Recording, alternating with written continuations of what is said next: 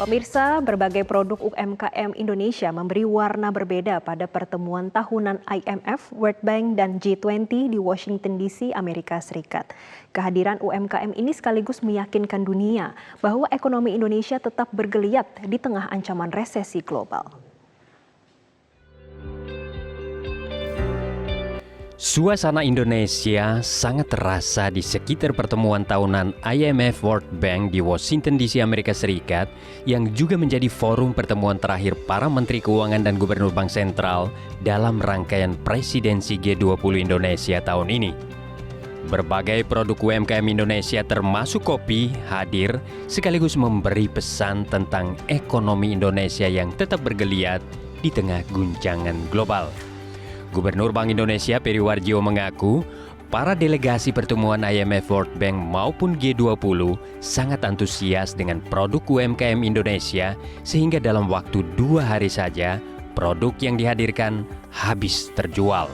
Menurut Peri, kehadiran UMKM ini tidak hanya sekedar produk, tetapi juga sekaligus memberi pesan kepada dunia tentang dampak berganda UMKM bagi masyarakat dan ekonomi bangsa. Sekali lagi, kalau kita beli UMKM, ingat siapa yang bikin UMKM? Adalah woman. Dengan membeli UMKM, berarti kita memberdayakan woman, mensejahterakan keluarga. Dan dari woman itu dididik anak-anak yang sekolah, ya SD, SMP, SMA, S1, S2. Dan dari mereka menjadi pemimpin. Termasuk saya juga dididik dari seorang ibu dari desa yang bahkan lulus SD aja tidak. Dari petani. Dan mari kita tunjukkan bahwa kalau memajukan UMKM, memajukan kesejahteraan ekonomi keluarga, memajukan kaum perempuan, mendidik anak-anak menjadi pilar ekonomi dan tentu saja menjadi pilar bangsa. Sementara Direktur Departemen Pengembangan UMKM dan Perlindungan Konsumen BI, Elsa MS Chani menyatakan, dalam pemberdayaan UMKM, Bank Indonesia banyak terlibat dengan kerangka kerja penguatan kapasitas, antara lain dengan membantu penelitian dan pengembangan model bisnis UMKM yang menyertakan para desainer dan kurator profesional sehingga produk UMKM sesuai dengan selera pasar. Selain itu, membantu mereka untuk kesiapan digital atau onboarding, serta akses pasar dan keuangan yang menjadi salah satu pilar utama Presidensi G20 Indonesia tahun ini.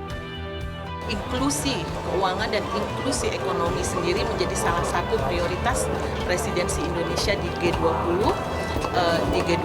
dan kebijakan-kebijakannya diutamakan untuk mendorong pemanfaatan digitalisasi bagi inklusi keuangan untuk dengan target utama perempuan, orang muda, dan UMKM. Jadi ini memang menjadi target dari kebijakan di inklusi keuangan yang di ujungnya kita mengharapkan bisa berdampak kepada inklusi ekonomi, pertumbuhan ekonomi yang tinggi dan berlanjut. Salah satu bentuk pemberdayaan UMKM yang kini digalakkan Bank Indonesia adalah mendorong transformasi digital, termasuk pembayaran digital melalui BI Fast dan KRIS.